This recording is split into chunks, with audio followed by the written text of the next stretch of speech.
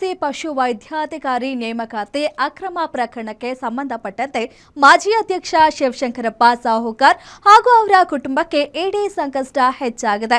ಬೆಂಗಳೂರಿನ dollars colony ನಿವಾಸ ಸೇರಿದಂತೆ ಹಲವೆಡೆ ಸತತ 2 ದಿನಗಳಿಂದ ಶೋಧ ನಡೆಸಲಾಗಿದ್ದು, ಕೋಟ್ಯಾಂತರ ರೂಪಾಯಿ ಅಕ್ರಮ ಹಣದ ವ್ಯವಹಾರದ ಬೆನ್ನಹತ್ತಿರುವ ಅಧಿಕಾರಿಗಳು ತನಿಖೆಯನ್ನ ತೀವ್ರಗೊಳಿಸಿದ್ದಾರೆ. ಈ ಕುರಿತ ಕಂಪ್ಲೀಟ್ ಡೀಟೇಲ್ಸ್ ಇಲ್ಲಿದೆ. ಕೆಪಿಎಸ್ಸಿ ಮಾಜಿ ಅಧ್ಯಕ್ಷ ಶಿವಶಂಕರಪ್ಪ ಸಾಹುಕಾರ್ಗೆ ಇಡಿ ಶಾಕ್. 2 ದಿನಗಳಿಂದ ಮನೆ ಮತ್ತು ಕಚೇರಿ ಸೇರಿದಂತೆ ಇಡಿ ತಲಾಶ್.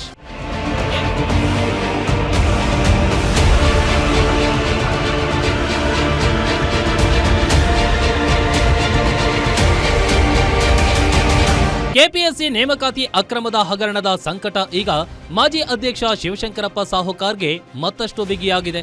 ಪಶುವೈದ್ಯಾಧಿಕಾರಿ ನೇಮಕಾತಿ ಪ್ರಕ್ರಿಯೆಯಲ್ಲಿ ನಡೆದಿರುವ ಕೋಟ್ಯಾಂತರ ರೂಪಾಯಿ ಅಕ್ರಮ ಹಣಕಾಸು ವ್ಯವಹಾರದ ಬೆನ್ನತ್ತಿರುವ ಇಡಿ ಅಧಿಕಾರಿಗಳು ಈಗ ಶಿವಶಂಕರಪ್ಪ ಸಾಹುಕಾರ್ಗೆ ಸರಿಯಾದ ಇಂಜೆಕ್ಷನ್ ನೀಡಿದ್ದಾರೆ. ಹೌದು, ಬೆಂಗಳೂರಿನ ಡಾಲರ್ಸ್ ಕಾಲೋನಿಯಲ್ಲಿರುವ ಹೊಯ್ಸಳ ಡ್ರೀಮ್ಸ್ ಅಪಾರ್ಟ್ಮೆಂಟ್ನ ಮನೆ ಹಾಗೂ ಕಚೇರಿಗಳ ಮೇಲೆ ದಾಳಿ ನಡೆಸಿರುವ ಇಡಿ ಅಧಿಕಾರಿಗಳು ತಡರಾತ್ರಿವರೆಗೂ ದಾಖಲೆಗಳ ಪರಿಶೀಲನೆ ನಡೆಸಿದ್ದಾರೆ. ರಾತ್ರಿ ಇಡೀ ಮನೆಯಲ್ಲೇ ಬಿಡಾರ ಹೂಡಿದ್ದ ತನಿಖಾ ತಂಡ ಬೆಳಗಿನ ಜಾವದಿಂದಲೇ ಶಿವಶಂಕರಪ್ಪ ಸಾಹುಕಾರ್ಗೆ ಪ್ರಶ್ನೆಗಳ ಸುರಿಮಳೆಗೈದಿದ್ದಾರೆ.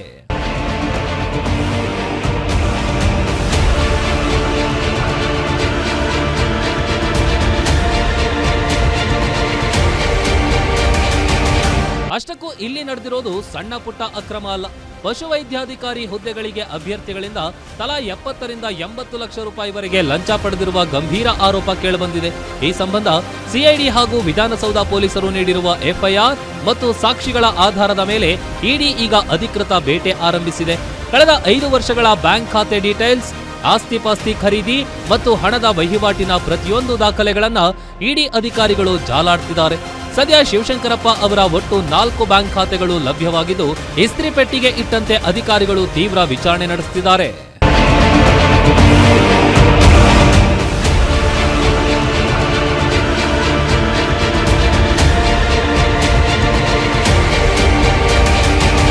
ಇತ್ತ ಇಡಿ ಬಿಸಿ ಕೆಪಿಎಸ್ಸಿ ಕೇಂದ್ರ ಕಚೇರಿಗೂ ತಟ್ಟಿದೆ. ಕೇಂದ್ರ ಕಚೇರಿಯಲ್ಲೂ ಶೋಧ ಕಾರ್ಯ ನಡೆಸಲಾಗಿದ್ದು, ಶಿವಶಂಕರಪ್ಪ ಹಾಗೂ ಸದಸ್ಯೆ ಶಾಂತಾ ಹೊಸಮನಿಯವರ ಕೊಠಡಿಗಳಲ್ಲಿ ಇಡಿ ಅಧಿಕಾರಿಗಳು ಮಹತ್ವದ ದಾಖಲೆಗಳನ್ನು ವಶಕ್ಕೆ ಪಡೆದಿದ್ದಾರೆ.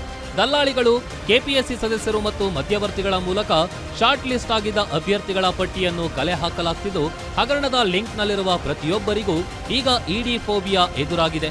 ಒಟ್ನಲ್ಲಿ ಕೆಪಿಎಸ್ಸಿ ನೇಮಕಾತಿ ಅಕ್ರಮದ ಸುತ್ತ ಇಡಿ ತನಿಖೆಯ ಉರಿ ಜೋರಾಗಿದ್ದು, ಮುಂಬರುವ ದಿನಗಳಲ್ಲಿ ಈ ಹಗರಣದಲ್ಲಿ ಭಾಗಿಯಾಗಿರುವ ಹೆಸರುಗಳು ಬೆಳಕಿಗೆ ಬರಲಿದೆ.